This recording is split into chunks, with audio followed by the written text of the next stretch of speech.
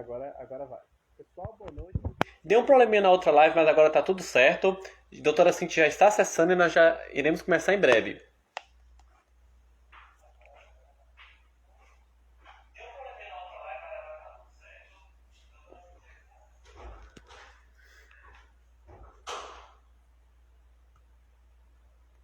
Bem-vinda, Tainá.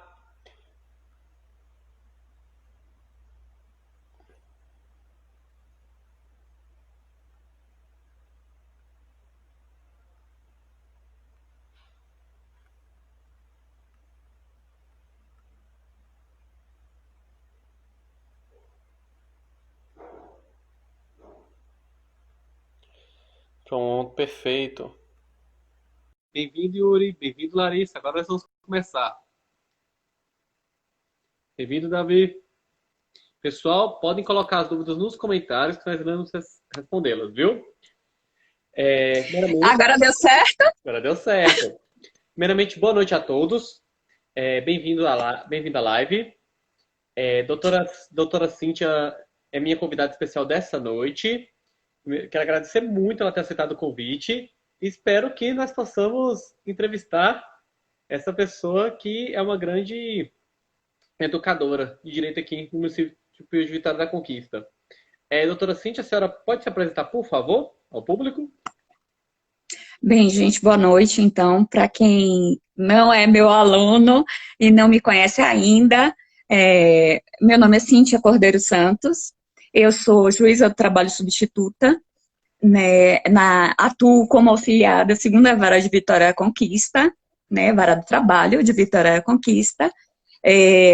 Também sou mestre em Direito pelo Centro Universitário UniFG, sou doutoranda em Direito agora pela Estácio de Sá, sou especialista em Direito do Trabalho e Processo do Trabalho, sou, obviamente, bacharel em Direito e professora, né, da Uninasal, no curso de graduação, e sou professora ainda de cursos de especialização, né, pós-graduação. E para mim, Bruno, como meu aluno, é uma honra tá atendendo o convite dele, né? Porque nada mais feliz para um professor do que ver o seu aluno brilhar. Então, eu fico muito orgulhosa até de estar aqui e colaborando, né, naquilo que for possível. Eu, na verdade, que estou honrada pelo convite, Bruno. Boa noite. Eu que agradeço. Bem-vindo, Quinho Meira, bem-vindo, Rafael Matos, bem-vindo, Yuri, Isabela Matos, Alexandre e Jamile Rocha. Dúvidas no comentário. Doutora Cíntia, realmente agradecendo a senhora pela participação.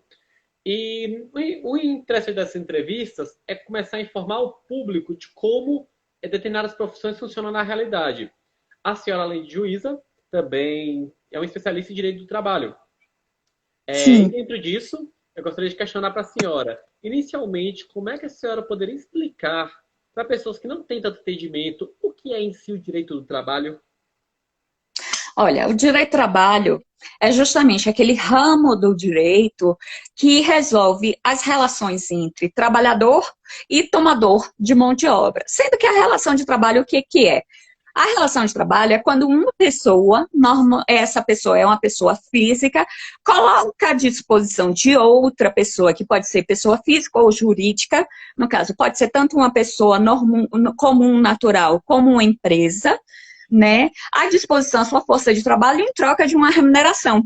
Então, assim, a característica básica do direito do trabalho é que nessa relação, um oferece a sua atividade, né, profissional e outra pessoa toma essa atividade profissional e também a remunera, né? Embora possa haver também casos de relações de trabalho não remunerados, como no caso de um estágio pro bono, onde o estagiário só receba, por exemplo, vale transporte e uma ajuda de custo. Né? É possível você ter relações de trabalho que não seriam remuneradas, mas esse campo de incidência é muito menos comum, né? Normalmente é realmente um trabalhador profissional que coloca a sua mão de obra. E essa relação de trabalho, ela pode ter várias facetas.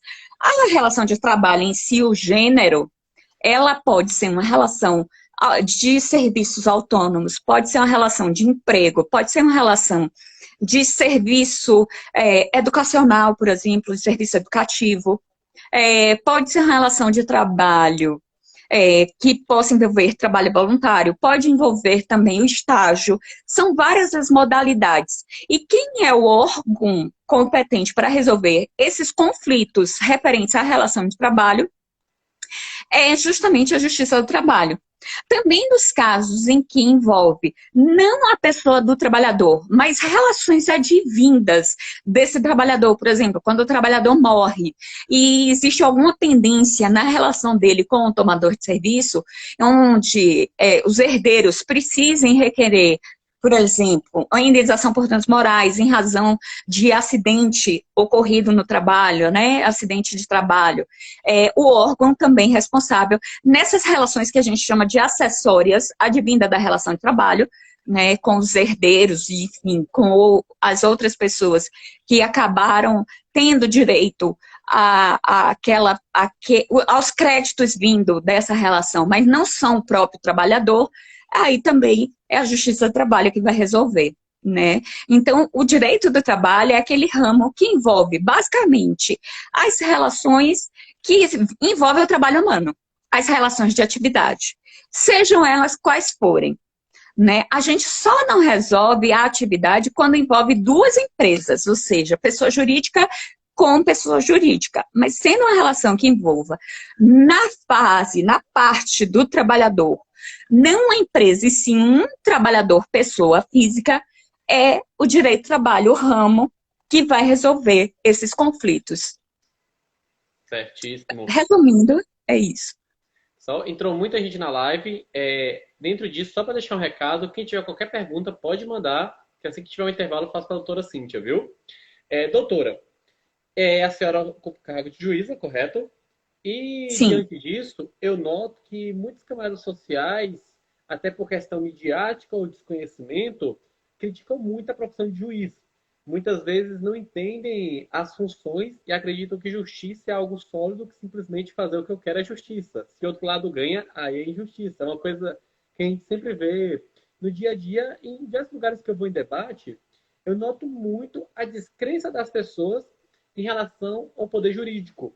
Eu acredito que isso também tem uma certa culpa devido a matérias da mídia, independente de lado A ou lado B. Mas, para a senhora, inicialmente, o que é ser um juiz? O que é que a senhora gostaria que as pessoas entendessem do que é ser um juiz?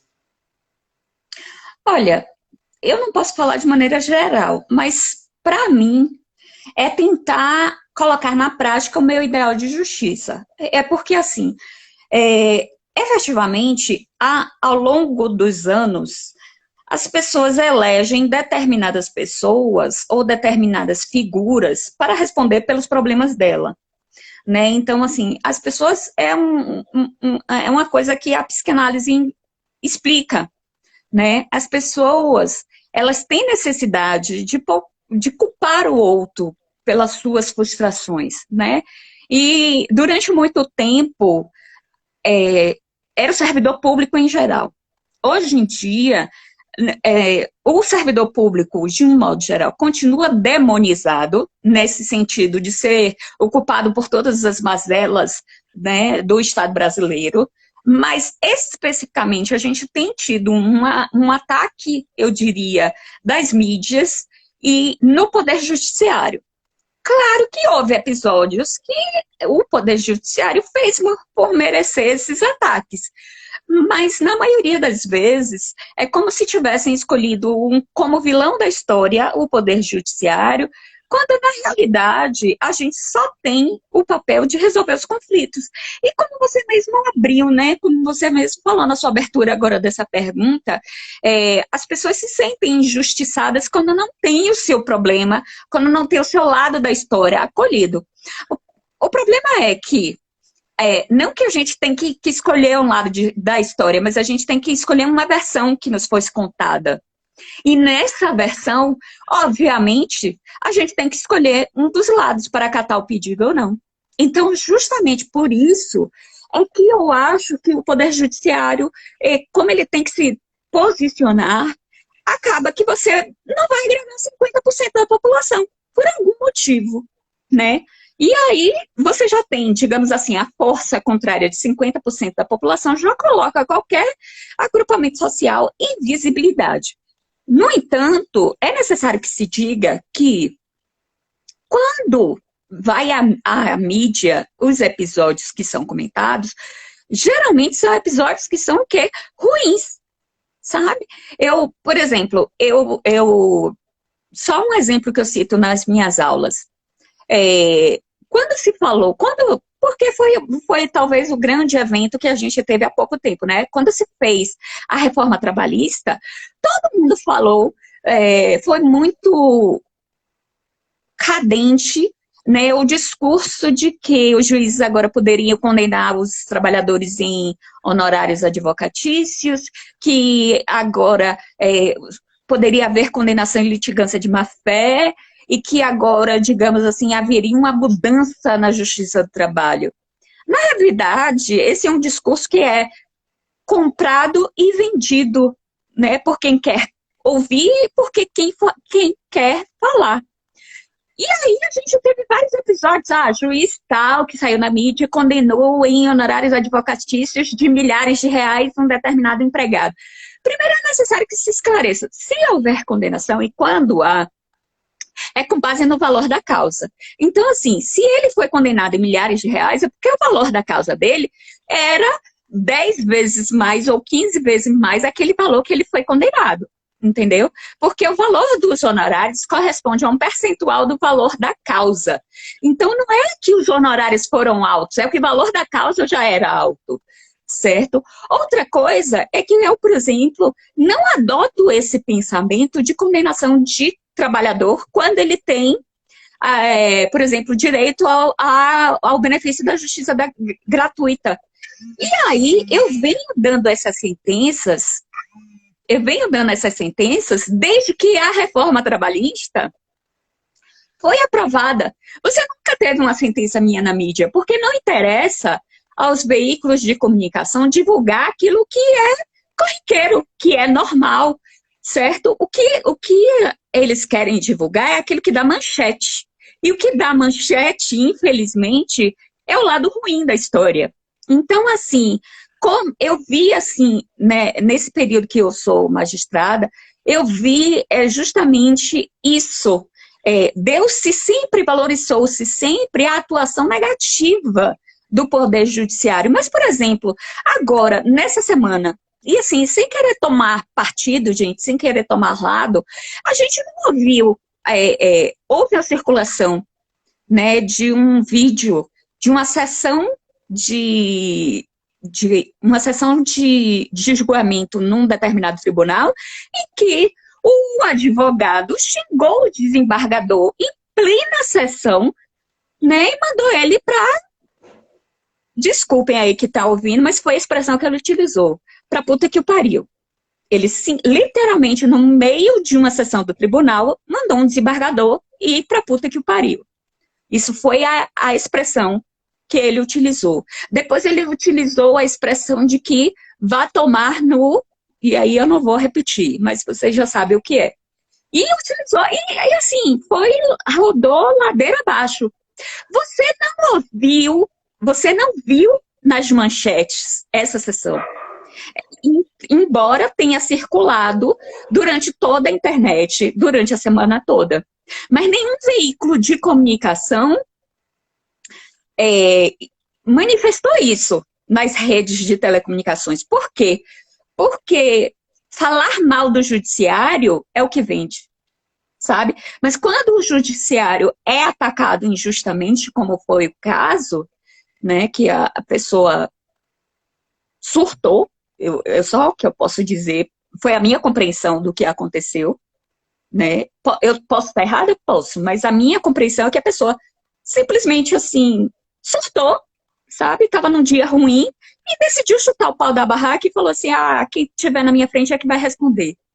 E aí, sabe, literalmente, assim, deu um tratamento que nenhuma pessoa merece, independente de ser desembargador, independente de ser juiz, independente de ser membro do Poder Judiciário. Nenhuma pessoa merece esse tipo de tratamento. E você não viu uma linha em jornal nenhum, você não viu uma manchete, sabe? Em jornal nenhum. Mas aí eu questiono, se tivesse sido o contrário, se tivesse sido o juiz que tivesse surtado, né? Que isso pode acontecer, gente. Nós somos todos humanos, nós todos estamos, né, somos passíveis de uma doença psiquiatra, uma doença psicológica, um estresse, né, ainda mais nessa situação de pandemia que a gente vive. Mas se tivesse sido o contrário, se tivesse sido o desembargador que surtou no meio da sessão e mandou o advogado, né, utilizando a expressão que ele utilizou para puta que pariu. No mesmo dia era manchete, no mesmo dia estava em todos os veículos da comunicação. Agora sim, Bruno, o que eu posso te dizer é da minha vivência pessoal, enquanto membro da categoria, e sem levar para nenhum tipo de corporativismo, é que, claro, existem erros, esses erros precisam ser punidos, antes de mais nada. Mas se vende muitos erros e ninguém divulga a situação daqueles juízes que são cumpridores do seu dever. Ninguém divulga a situação daquele juiz que está todo dia no cartório e que está todo dia atendendo as partes e está fazendo um esforço, como no, desculpe, mas eu preciso levar para a minha situação pessoal, porque é o que eu vivo, como eu que estou sozinha no cartório da vara, e todas as minhas sentenças saíram neste ano com 30 dias. Entendeu? Então, assim, eu estou me virando, estou sozinha na vara, estou sobrecarregada de serviço, mas você falar do bom trabalho não vende. Então, para que a gente vai falar daquilo que está certo? Vamos falar do que está errado, porque aí vende, né? Porque aí é interessante, a gente causa polêmica, né? Mas o que eu vejo dos meus colegas, em qualquer ramo, não é só da Justiça do Trabalho, não, em qualquer ramo, e não só de juízes, como de componentes do Ministério Público, da Procuradoria, né, membros da Defensoria Pública, que a maioria é sim comprometido com as suas carreiras, são sim pessoas que cumprem os seus deveres e são sim pessoas que procuram sempre fazer o melhor, né? E aí retomando, porque já que você me perguntou o que eu acho que é o meu papel enquanto magistrada, eu acho que é colocar o ideal de justiça de forma concreta, sabe? Eu acerto sempre? Não. Não, eu sou humana. E graças a Deus que existe o segundo e o terceiro grau de jurisdição. Graças a Deus que existe a possibilidade das pessoas reverem as minhas decisões, senão eu não ia conseguir dormir. Né? E já é grande a responsabilidade de você saber que você tem que decidir o futuro das pessoas. Ainda mais futuro de pessoas que, na maioria das vezes, estão desempregadas, estão sem uma atividade profissional e precisam daquele dinheiro, daquela resposta que você vai dar para sobreviverem. Então, o peso da responsabilidade é muito grande. E eu procuro no meu dia a dia justamente, primeiro que eu não sou juíza nem dos trabalhadores, nem dos empregadores, nem dos tomadores da mão de obra, eu sou uma juíza do trabalho. Então, eu preciso fazer justiça, não seguindo uma ideologia, não seguindo lados, partidos, mas seguindo aquilo que me foi apresentado, as provas que me foram apresentadas nos autos, né? A prova que me foi apresentada, ou pelo menos quem conseguiu provar melhor a sua versão dos fatos.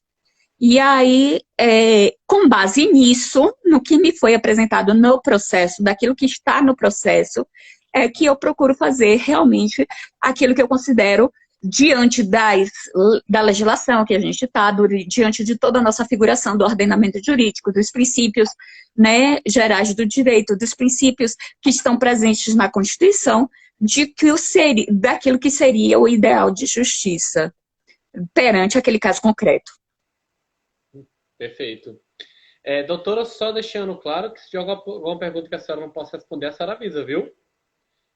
Dentro disso. Não, pode deixar que eu falo mesmo. Prefiro não me manifestar, pode deixar. A senhora juíza, vai que faço pergunta que envolve segredo de Estado. Não pode. Brincando, vamos lá.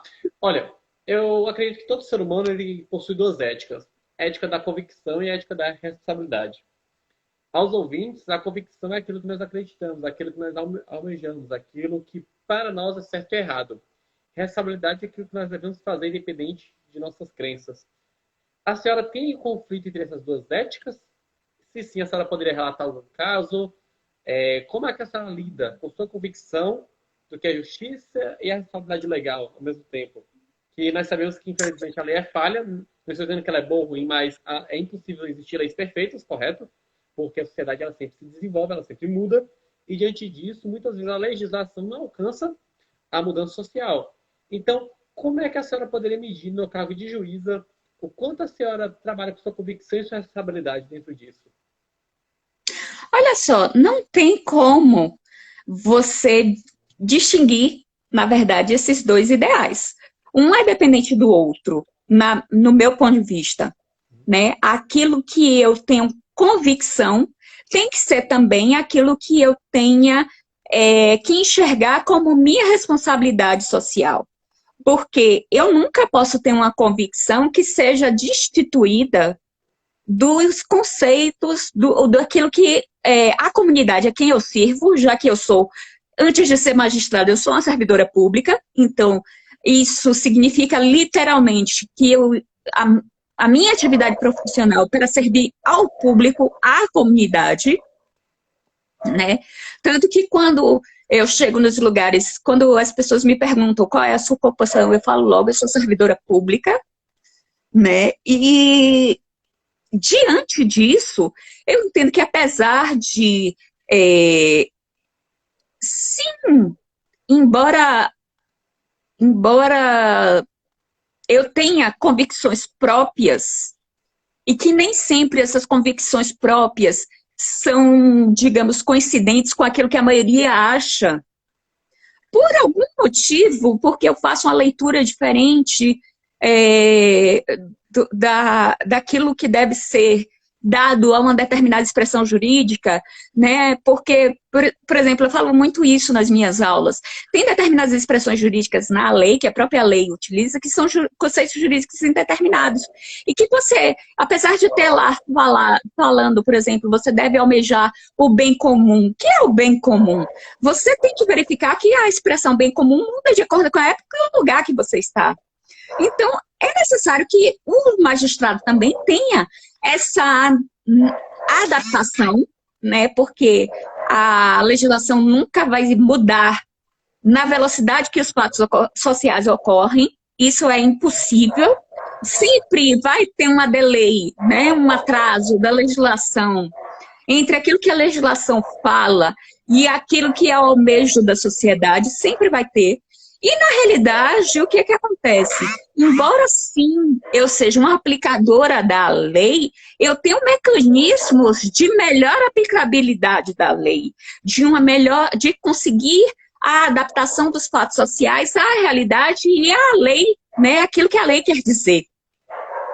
Então, como eu mesmo falei, a gente tem determinados mecanismos, como, por exemplo, você recorrer aos princípios, você recorrer à hermenêutica, que é a ciência da interpretação de todo ordenamento jurídico, para poder você fazer determinadas correções de acordo com aquilo que não eu, Cíntia, sabe? Porque não adianta eu ter convicções, eu tenho que sempre expressar aquilo que é a convicção da maioria.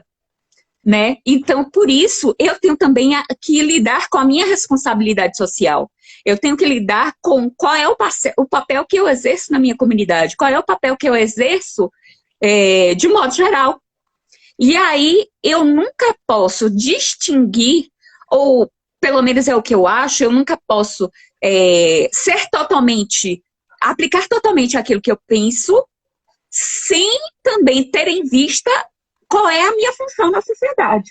Qual é a minha função? E assim, eu não estou nessa função porque eu quero me agradar a fazer aquilo que eu acho certo. Eu estou naquela função para fazer o que é certo para a maioria das pessoas. né? Eu tenho que, mesmo que a maioria das pessoas, até porque a maioria das pessoas estão, sim, de certa forma, desamparadas, porque já não conseguem, o legislador já não consegue acompanhar, né, os anseios, né, pelo menos não com a mesma velocidade, do grupo social, né, do agrupamento social. Mas, assim, eu tenho que também levar em consideração que eu não sou legisladora. Eu, por exemplo, sou totalmente contrária ao ativismo judicial, né? Eu sou juíza aplicadora da lei. Eu não estou aqui para inventar a moda. Eu não estou aqui, embora eu possa fazer, sim, a adaptação conforme aquilo que seja melhor, mas melhor visando um bem comum. A minha função social de aplicar a justiça, a minha função social de trazer segurança jurídica para as partes. E não de falar aquilo, né? Existe uma frase que, inclusive, eu dei na matéria a teoria do direito, né? O direito, durante muito tempo, foi entendido, durante muito tempo, né? O direito foi enxergado como a letra da lei. Os juízes tinham um papel exclusivo de falar simplesmente aquilo que a lei falava, de ser um replicador da lei. Por outro lado, durante outra quadra da história, foi considerado que o direito era aquilo que os juízes falavam. Então, o direito deveria obedecer à vontade do magistrado e não à vontade do legislador. Eu acho que as duas visões estão equivocadas. E aí utilizou-se na época o direito é aquilo que os juízes comem no café da manhã. Para mim, as duas expressões estão erradas, as duas expressões estão equivocadas. O direito não é aquilo que o legislador fala, nem o direito é aquilo que o magistrado fala. O direito é aquilo que a função social dos magistrados e dos parlamentares querem que eles exerçam, que é a sua responsabilidade pública, que é a sua responsabilidade de atender aquelas pessoas que lhe colocaram naquela função. Seja diretamente, como no caso do Poder Legislativo, seja via legitimidade democrática, que é o que acontece com os juízes, né, através da legitimação das suas decisões. Então, o juiz deve, sim, sempre atender aquilo que está na lei, mas deve também ouvir as partes que estão envolvidas no conflito, né? Tanto que agora o sujeito processual na atual quadra da história do direito processual é sempre ter um contraditório, que é um contraditório dinâmico, onde não só o juiz deve falar no processo, mas as partes devem também serem ouvidas no processo, devem dar a sua contribuição na própria elaboração da decisão. Devem ser utilizados, devem ter a sua importância assumida enquanto construtores da decisão judicial também. E isso é ótimo, porque retira até essa questão de o juiz ser o único elaborador da decisão. Não. Agora, quando você constrói uma decisão, eu, como magistrada, tenho um dever, né, constitucional, inclusive, porque o contraditório é um dos princípios da nossa Constituição Federal, que está lá no artigo 5º, né, e eu tenho um dever constitucional de ouvir as partes que estão no conflito, através desse contraditório dinâmico. E isso até me alivia, porque quando eu chego a uma decisão, não foi uma decisão que foi construída por mim, Cíntia. Não foi a decisão que foi construída pelo que eu penso. Foi a decisão que foi construída a três mãos, né? Autor, réu e juiz. E não só esse, nós temos outros poderes, temos outros sujeitos processuais que também, quando é necessário, interferem, como Ministério Público, como Defensoria Pública. E agora você tem que sim construir. Ô, professor Flávio, que bom que o senhor está aqui, me sinto honrada por isso. Ô, gente, deixa eu só fazer um parênteses, o professor Flávio Pedrão está me assistindo, que orgulho, que honra, está nos assistindo, Bruno. E o professor Flávio foi meu orientador, meu eterno orientador, e só aprendi com ele, viu? Que eu estou repetindo é porque eu aprendi com ele. E é essencial, ele que me deu essa visão processual no mestrado, e eu procuro seguir na vida, né? E, gente, quanta gente boa! Bruna, você conseguiu trazer pessoas para essa live que eu nunca imaginei. O pessoal é seu fã, eu nem conheço. Pessoal, a doutora Cid deu uma pausa. Bem-vindo todo mundo, fique à vontade. Dúvidas, podem mandar que nós abriremos as perguntas, viu? Mas já puderem deixar as perguntas prontas, é bom. Então, Bruno, só para fechar, vai ser rápido. na minha resposta, eu até, diante dessa nova configuração, e aí você teve a concretização, você já tinha isso escrito na Constituição desde 1988, mas aí veio o novo Código de Processo Civil e colocou isso escrito no Código de Processo Civil, e assim, isso ficou escrito não só para o Código, porque eu acho que tem vários princípios que o Código de Processo Civil abraçou e concretizou, não só no ramo do direito processual civil, como em todo o ramo do direito. Na verdade, o novo Código de Processo Civil, ele veio com uma teoria geral, né, na teoria geral do processo. E aí, você tem que pegar aqueles princípios, né, e aplicar em todo o ramo processual, no ramo do processo de trabalho, no ramo do direito penal, no ramo do direito processual civil, e claro, sempre tendo como base, como matriz, justamente aquilo que está na Constituição. E aí, diante dessa nova visão do contraditório dinâmico, eu até me sinto agora numa posição muito mais confortável do que no meu início de carreira, para falar, olha, a decisão não é aquilo que está escrito na minha convicção. A decisão, na verdade, foi uma decisão que foi construída por mim e pelas partes também. E isso, de certa forma, me alivia, porque eu não tenho mais a responsabilidade única de construção daquela decisão. Então, é por isso que eu volto de novo na tecla. A decisão não é o que eu acho que ela é. A decisão é aquela decisão que tem que sair diante do caso concreto. É a melhor decisão possível, que inclusive Ronald Dworkin já falava. Eu estou quase passando a palavra para uma pessoa aqui que está, né, apoiando tudo que eu estou falando aqui, gente. Que bom. Assim, eu aprendi direitinho, né, Pedro, a lição. Sim, Bruno. Desculpe, mas eu tenho que bater palmas para ele sempre. Agora é convidado especial de hoje. Ô, professor, o senhor não sabe quanto me honra o senhor falar um negócio desse. Ave Maria. Imagine. E agora, ouvindo meus alunos falando isso. Ai, meu Deus do céu. Só prova que a gente está na trilha boa, né? Ave Maria. Mas vamos lá, Bruno. Continua. É porque eu tô assim, sabe? Quando você vê assim, seu mentor falando que você tá certa, aí eu fico mesmo puxando o saco mesmo. Eu gostaria de ler os comentários. Yuri Celtics 15, minha professora maravilhosa demais. Kim Meira, excelente. Oi, Yuri. Live. Instante. Yuri é um orgulho para mim. Yuri é uma pessoa... porque assim, eu não sou politicamente correta, gente, mas é uma pessoa portadora de... Ele não é portador de nada. O Yuri, independente da condição física dele, o Yuri é brilhante, sabe? Ele é brilhante. A gente só precisa parar para escutar o que ele fala. E assim, toda vez que eu encontro o Yuri, eu só tenho muito orgulho. E saber que eu contribuí um pouquinho na formação dele me deixa muito orgulhosa, viu, Yuri? Por isso que eu sempre faço questão de falar quando ele está nos eventos. E ele me segue para tudo que eu vou, sabe, Bruno? Então, assim, Yuri é excelente. Desculpe, mas eu lhe cortei de novo. Não. Eu tô parecendo isso. A entrevista com a senhora, o espaço da senhora, relaxa. Ótima demais. Aí, Caio Coelho, só não vale o solipsismo. Mas é justamente isso, Caio. Caio, colega meu do mestrado, o que eu tô tentando expressar é justamente isso. Você não pode mais entregar o papel de protagonista aos juízes. O juiz é, assim, um sujeito do processo importante. A gente não pode tirar a importância do papel do juiz. Não. Nunca. E eu não estou aqui para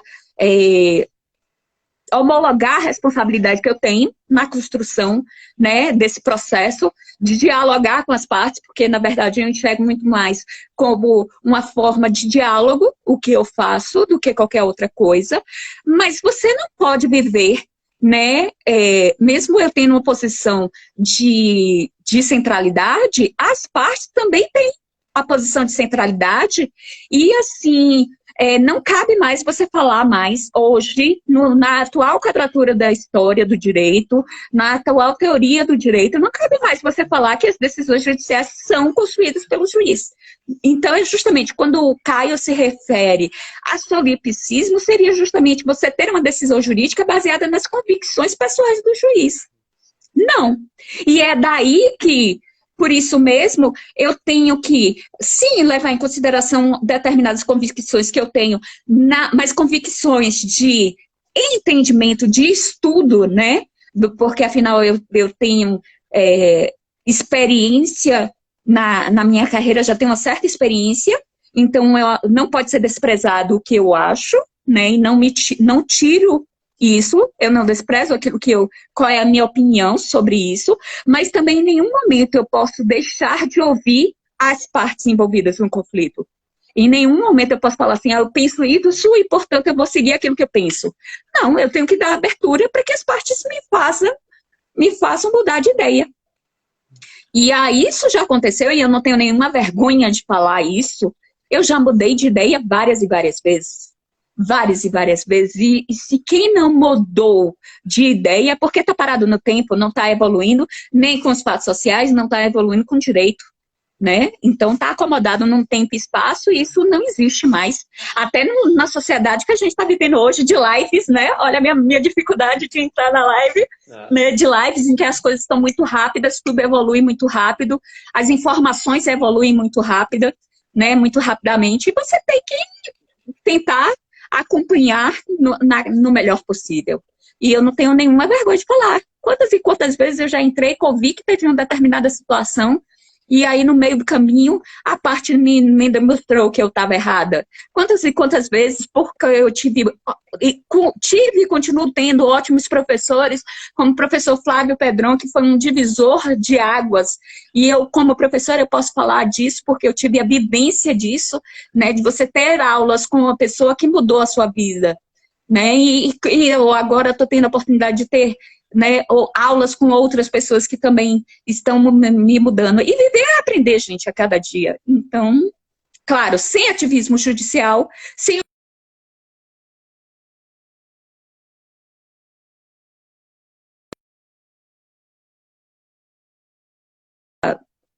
de contribuir.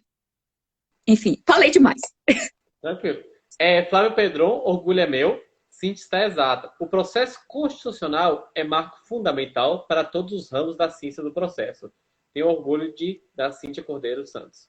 Eu também sou da área de constitucional. É a área que eu puxo mais saco. Uma nova mentalidade e postura do judiciário. Yuri, certo? Adoro você, professora. Flávio, tenho orgulho de você. Muitos alunos entraram agora, pessoal, e dúvidas, postem no chat ou mandem com perguntas, que daqui a pouco eu vou ficar perguntando toda assim sobre as perguntas. Flávio, não há restrição no processo democrático. Claro. Doutora, pode comentar. Sim, agora. pode falar. Sim. Não, é porque justamente o que eu estou tentando falar, mas de uma forma que as pessoas entendam, né? Eu estou tentando ter um vocabulário que pode parecer não científico, mas que é baseado em teorias científicas, né? Em teoria do direito, né? Em teoria da Constituição.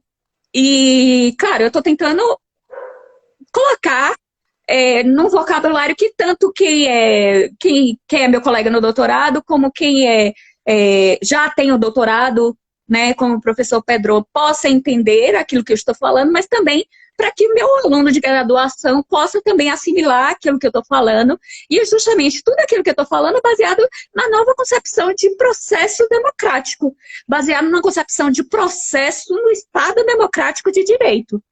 Né? A gente pode até discutir se o Brasil chegou nesse Estado democrático de direito, mas acho que não é uma discussão muito filosófica que talvez não caiba agora, neste momento, embora a gente tenha sempre nas aulas, né?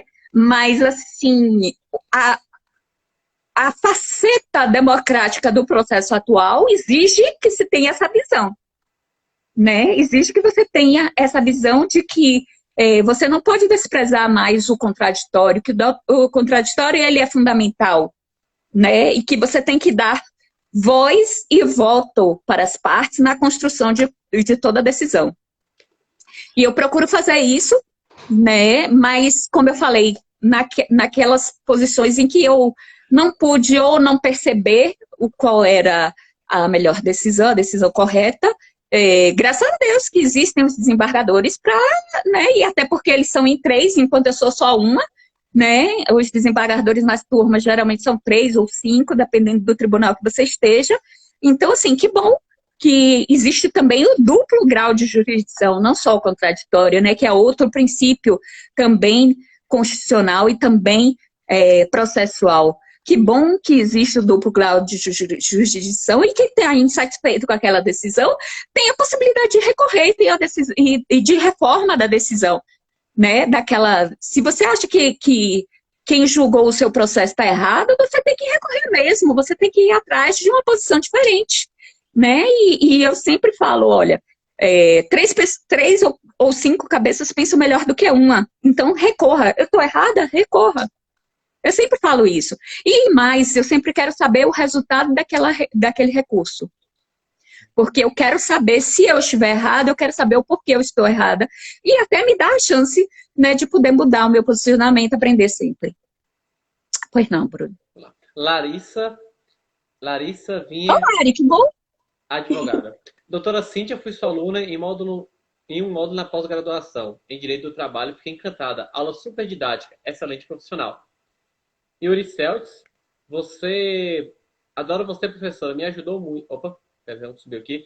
Igual você mudou minha vida, professora. E Corte.ju, saudade de você, Ceci. Deus abençoe sua trajetória. Então, doutora, retomando a questão que eu citei anteriormente, que se baseia na forma que o Poder Judiciário está saindo na mídia. Um dos grandes problemas que eu vejo, até pessoas da própria categoria criticarem, essa questão do ativismo judicial. A senhora poderia explicar para o público o que é o ativismo judicial e, na opinião da senhora, como poderíamos combatê-lo de forma que não seja lesiva à sociedade? Olha só, o que é o ativismo judicial? Infelizmente, como eu disse, infelizmente não, porque isso acontece em todas as sociedades contemporâneas, né?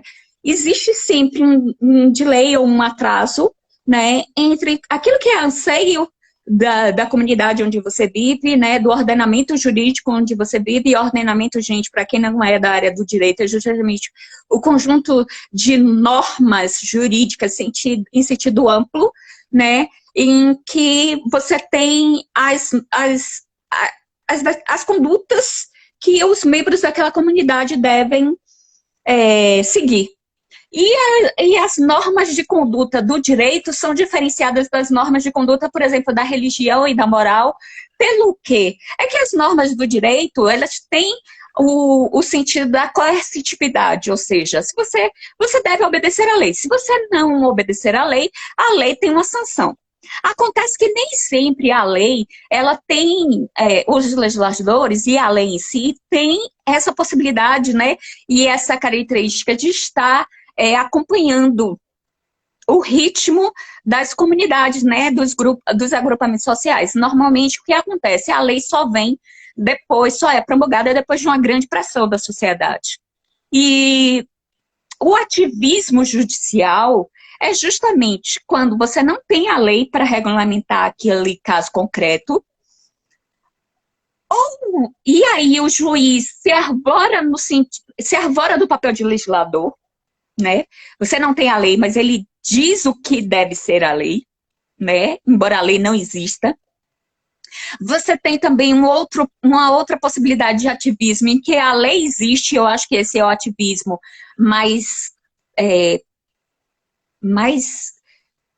perigoso, que é o seguinte: a lei existe, mas a lei está incorreta, então eu que sou o detentor da verdade, então a lei deve ser entendida como eu entendo.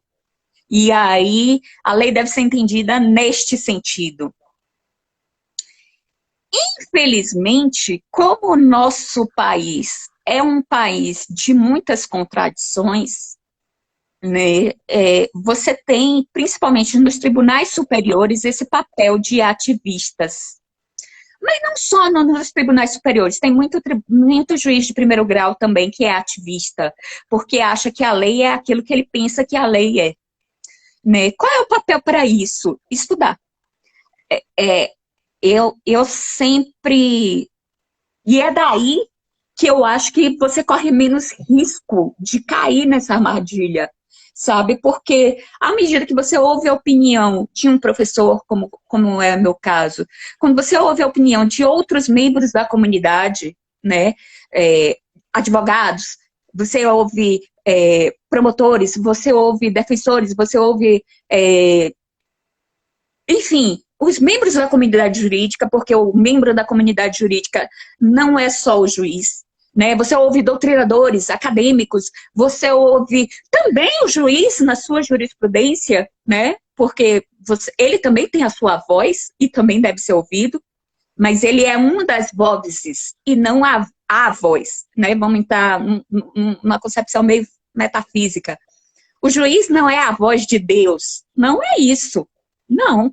Quem diz que o juiz é o dono da verdade? Não, ele não é. E é justamente isso que consiste o ativismo. O ativismo é quando o juiz acha que ele é o dono da verdade e que nenhum outro, seja o legislador, seja a comunidade, seja, enfim, o agrupamento social, o ordenamento jurídico, porque você tem várias fontes do direito que você pode acessar sem você ser ativista. Você pode recorrer, vamos lembrar da provinha, né, que eu acabei de aplicar à sua turma, você pode recorrer à analogia, aos princípios gerais do direito, aos princípios constitucionais do direito, você pode recorrer aos costumes, você pode recorrer à equidade, você pode recorrer, embora nem todo mundo ache que a equidade seja uma fonte do direito, você pode recorrer, né, a próprios atos legisladores que não sejam a lei, como portarias, normativos, decretos, enfim, mas principalmente sempre você deve recorrer à Constituição. Se você analisar, se você souber a sua Constituição, você tem resposta para tudo na Constituição. Então, assim, o bom juiz é o bom juiz que estuda a Constituição. O bom juiz é o juiz que sabe aquilo que a Constituição fala e tenta expressar aquilo que a Constituição fala. A resposta sempre vai estar na Constituição, que é a nossa norma jurídica mor. Né? A partir do momento que você saiba o que a Constituição fala, você tem resposta, mesmo que não haja lei para isso, no ordenamento jurídico. Então, por que eu tenho que me arvorar? Eu, na minha insignificância, e me desculpem os colegas que não pensam como eu, mas a verdade é essa. Eu, Cíntia, na minha insignificância, por que eu tenho que achar que eu estou certa? E estou mais certa do que a Constituição? Não é assim. Então, eu posso me valer de instrumentos que o ordenamento jurídico me coloca à disposição para resolver os problemas, para resolver os conflitos, sem que eu tenha que impor a minha opinião pessoal. Então, ativismo é isso. É o juiz querer ser aplicador, intérprete e construtor da lei ao mesmo tempo. Né? E ele deve ser sempre combatido.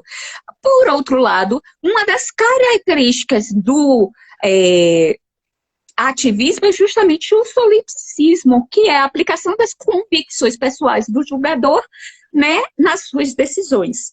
E, assim, o solipsismo já está há muito tempo superado, já está há décadas superado. Mas como, infelizmente, no nosso país, que é uma jabuticaba, né, que só existe realmente, não tem ordenamento jurídico como no Brasil, não tem ordenamento jurídico, não tem posicionamentos jurídicos como no Brasil, e que bom que é assim, porque é plural, é diferente, e te dá a possibilidade de você ter diálogos com pessoas diferentes, mas sempre é necessário um cuidado, principalmente de quem exercem cargos de maior destaque ou de maior, e eu digo aí responsabilidade, porque pode afetar a vida das pessoas, em ter muita consciência do seu papel. Né? Então, ativismo é isso, gente, e deve ser sempre combativo, sabe? Ativismo não, nunca. Perfeito. Agora eu vou dar uma pergunta legal. Olha, nem sua opinião, qual categoria do direito do trabalho a senhora acha mais interessante? O cara se diverte, É, é bacana. Quer passar gente, para alunos, para instigar os alunos, ó, que estão aqui assistindo. olha, tá, eu não vou puxar eu Já não vai vou puxar. puxar Já tô vendo que vai o puxar. peixe para minha sardinha, não. Mas assim, o direito é legal. Pronto. O direito é legal.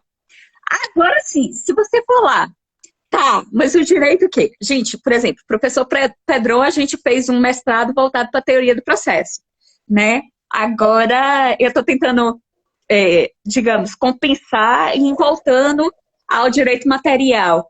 Mas, assim, o direito, de modo geral, é bom. Agora, gente, eu sou da Justiça do Trabalho, né?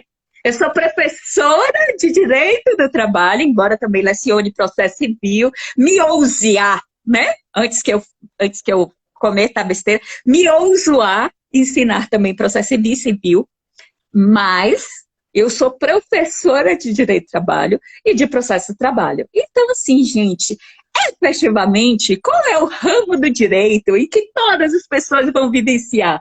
Falei até isso ontem, né, Bruno? Mas é sempre bom repetir.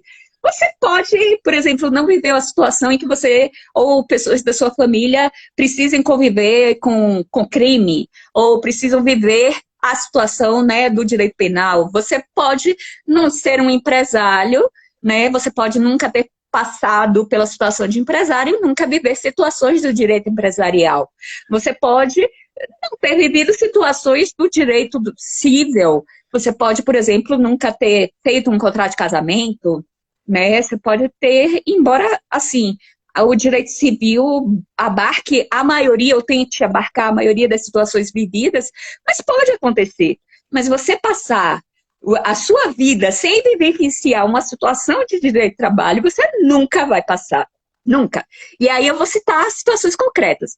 Por exemplo, eu como professora, não só como magistrada, mas assim, como magistrada, eu tenho uma relação com o Estado que é administrativa, né? Então, assim, se dependesse da minha vivência como magistrada, eu nunca passaria por uma situação que é regida pelo direito do trabalho, porque aí a minha relação com o Estado é regida pelo direito administrativo. Mas eu, na condição de professora, e tenho com a universidade um papel de eu sou a trabalhadora e a universidade é a tomadora da minha mão de obra. No caso específico, além de trabalhadora, eu tenho uma relação jurídica específica que é uma relação de emprego.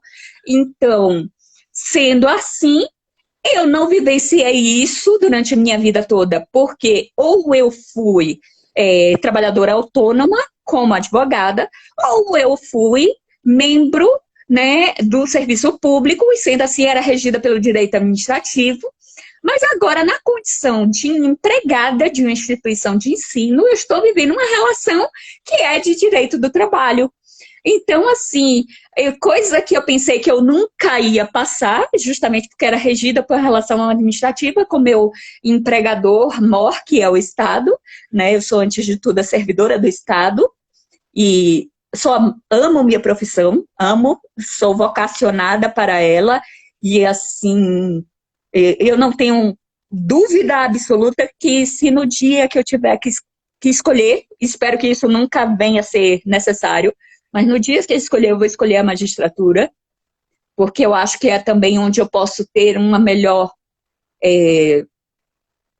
exercer melhor o meu papel, mas agora com a academia, né, e eu vou te ser muito sincera, Bruno, eu nunca pensei em ensinar. Foi fazendo o mestrado para que eu fosse uma juíza melhor, e a minha intenção quando eu entrei no mestrado foi estudar para me tornar uma profissional melhor. Os professores falavam para mim, por que você não vai ensinar? Entre eles, o professor Pedro. E aí, eu falei assim, nunca tive essa vontade, nunca foi uma vontade que me acendeu. Mas aí, durante o mestrado, você começa a fazer tanto seminário. E primeiro que, assim, eu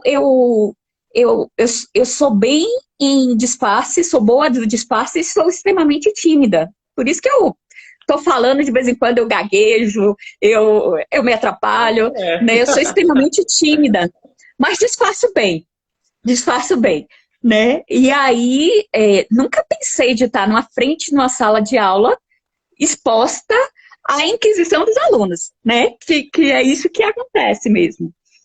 E aí, só que aí, quando eu vivi isso, e primeiro eu vivi em palestras, e depois eu vivi em aulas de pós-graduação, e aí depois, finalmente, eu tive coragem de partir para a graduação, né? Eu, o bichinho me atacou, porque o ensino é um bichinho que te ataca e nunca mais desgruda de você, né? Eu fui acometida por esse bichinho, e aí eu vi que também através do ensino eu posso mudar vidas. Eu posso fazer a diferença na vida das pessoas. E esse clique me deu pelo que eu vivi comigo. Ou seja, poxa, se eu passei por um professor tão excepcional que mudou a minha vida, por professores, né, tão excepcionais que mudaram a minha vida, mudaram o conceito do que eu estava vivendo, o conceito do que eu achava.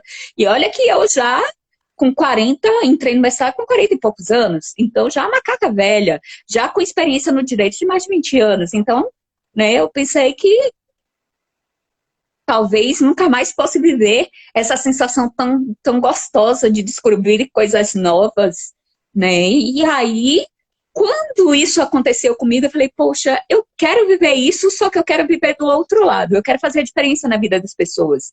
Eu quero poder, sabe, mesmo que seja um pouquinho, se eu contribuir em alguma coisa, né, mudar um pouquinho na sua vida, nem que seja assim a possibilidade de você agora estar discutindo assuntos que eu trago à discussão com seus familiares, né, com as pessoas que estão ao seu redor, se eu puder fazer essa diferença.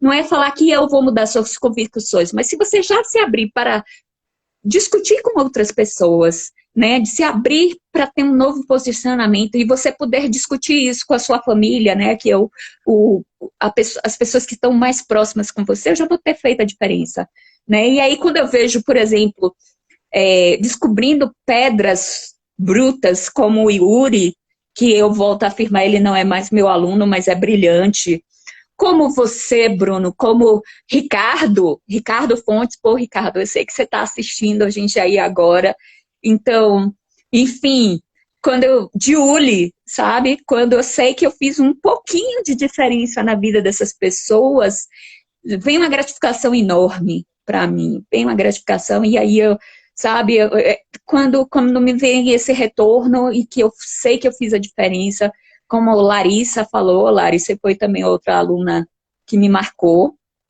Larissa FG, gente, ela tá nas redes sociais, né? Que foi minha aluna lá minha aluna enquanto eu estava cursando mestrado, ela foi minha aluna de pós-graduação. Enfim, se eu sei que eu fiz a diferença na vida das pessoas, nem que seja para fazê-las discutir com outras, para que elas mesmas cheguem ao seu ponto de vista, porque é isso que eu quero provocar, eu quero instigar a discussão, eu não quero dizer o que eu penso, eu quero que você discuta e chegue à sua própria conclusão, que você descubra o que é o certo para você. Então,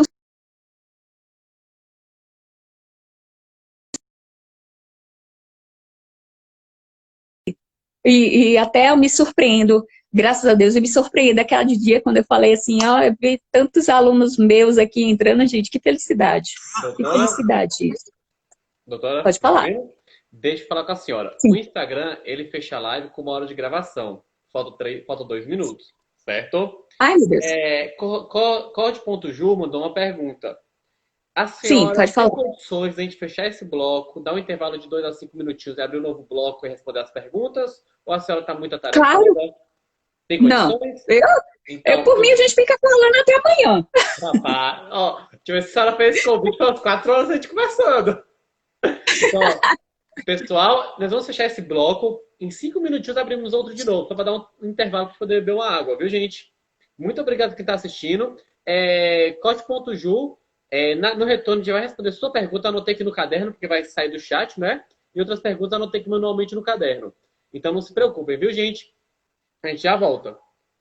Toda Cíntia, eu vou fechar aqui a live, viu? Intervalo. Tá bom. Daqui a pouco a gente volta. Vou aproveitar para beber uma água também, que eu falo muito. Tchauzinho. Tchau.